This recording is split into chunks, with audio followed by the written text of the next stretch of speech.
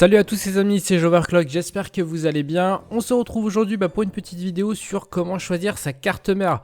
On va voir ensemble quels sont les points techniques les plus importants à surveiller, comme le socket ou le chipset par exemple. Et d'un autre côté, une partie qui va être dédiée à vos besoins avec les différentes utilisations ou prix disponibles. Allez, on attaque ça tout de suite.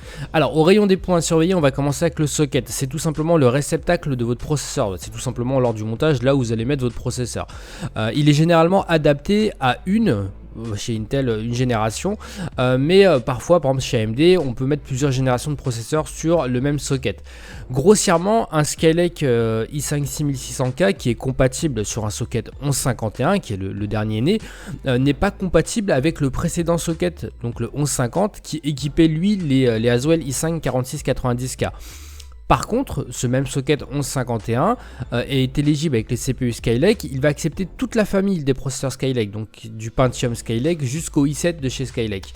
Je ne vais pas rentrer forcément trop dans les détails parce que j'ai fait vraiment une vidéo à proprement parler sur les sockets. Donc si ça vous intéresse, je vous invite à mettre pause et puis aller regarder un petit peu à quoi ça correspond. Passons maintenant au chipset. Il va servir de liaison entre différents éléments de la carte mère comme le processeur, la RAM, les ports SATA, etc. Alors pour choisir votre carte mère, c'est parfois un petit peu problématique pour certains, mais c'est en fait assez simple à lire malgré ce que l'on pourrait croire. Nous allons prendre pour exemple les séries 100, les chipsets série 100 qui représentent les cartes mères en socket 1151. Sur ce plan, on peut retrouver l'ensemble des chipsets existants. Si on accepte le Z170 que l'on va détailler un petit peu plus tard, le H110, le H170 et le B150 partagent quasiment les mêmes caractéristiques. Ils n'ont qu'un seul port PCI Express, c'est-à-dire qu'ils vont être éligibles qu'à une seule carte graphique. Ils sont après équipés finalement de plus ou moins de ports USB 3.0 ou encore de SATA 3.6 Go. Pour parler du plus populaire, le Z110, il va apporter finalement la possibilité de faire un SLI ou un Crossfire, c'est-à-dire de faire collaborer deux cartes graphiques et surtout la possibilité d'overclocker votre processeur. Ça sera finalement à vous de choisir en fonction de vos besoins. Si vous n'êtes pas un overclocker, par exemple le B150 ou le H170, ça suffit très largement. Le H110 est quant à lui un chipset un petit peu plus bas de gamme. Alors pour la RAM, c'est finalement assez simple. Tout le monde tend vers aller sur de la DDR4 puisque c'est la dernière génération de RAM. La génération Skylake l'a popularisé et la prochaine génération AMD en fera autant. Il existe bien sûr une variante, par exemple en DDR3L, qui est avec des tensions différentes, qui est disponible sur certaines plateformes mais qui est finalement maintenant assez peu utile.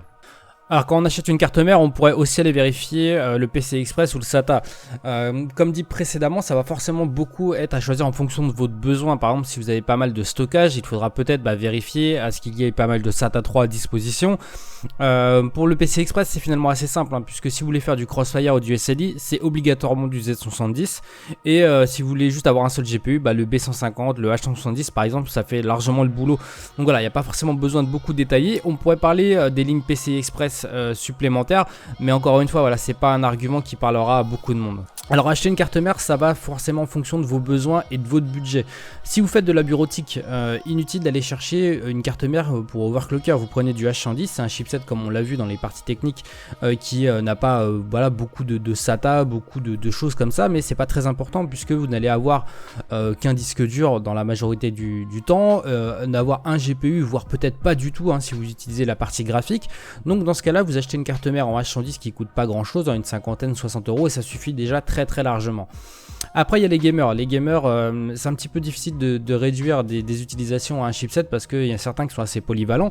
Mais par exemple le B150 ou le H170 c'est clairement fait pour les gamers. Vous pouvez mettre un gros GPU dessus, vous pouvez mettre pas mal de stockage. C'est un chipset qui est assez polyvalent du coup. Et pour finir, le Z170 c'est ce qui est le plus cher et ce qui est on va dire techniquement le plus évolué.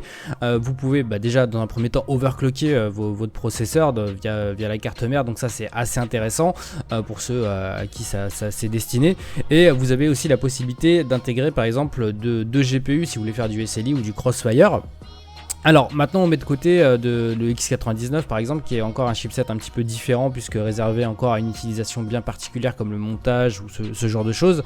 Ce qu'il est important de comprendre là-dedans, c'est que On peut pas revenir sur tous les points qui seraient importants pour l'achat d'une carte mère. Par exemple, la connectique est aussi quelque chose de relativement important, notamment si vous faites par exemple de la bureautique et que vous n'avez pas de carte graphique. Vérifiez bien derrière que la connectique que vous allez utiliser donc est en adéquation du moins avec celle de votre écran. Par exemple, si vous avez de la HDMI, prévoyez une carte mère avec une sortie HDMI. Enfin, voilà, il y a plein de petits points sur lesquels on pourrait revenir. Je sais qu'il y a des gens par exemple qui utilisent les cartes FI par exemple pour faire une carte son, donc vérifiez bien qu'il y a du PCI Express. On pourrait parler du M2, mais voilà, ça serait à grandir la vidéo pour finalement des utilisations qui sont très marginales. Tout ça pour vous dire finalement que essayez de prendre une carte mère qui est assez évolutive pour vous et qui colle surtout bien à vos besoins. Et voilà les amis, c'est terminé pour cette vidéo sur comment choisir sa carte mère. Alors forcément on n'est pas revenu sur tous les points comme je l'ai dit dans la vidéo, mais ça aurait été un petit peu trop long et pas forcément utile pour tout le monde. On est revenu grosso modo sur les gros points forts à surveiller.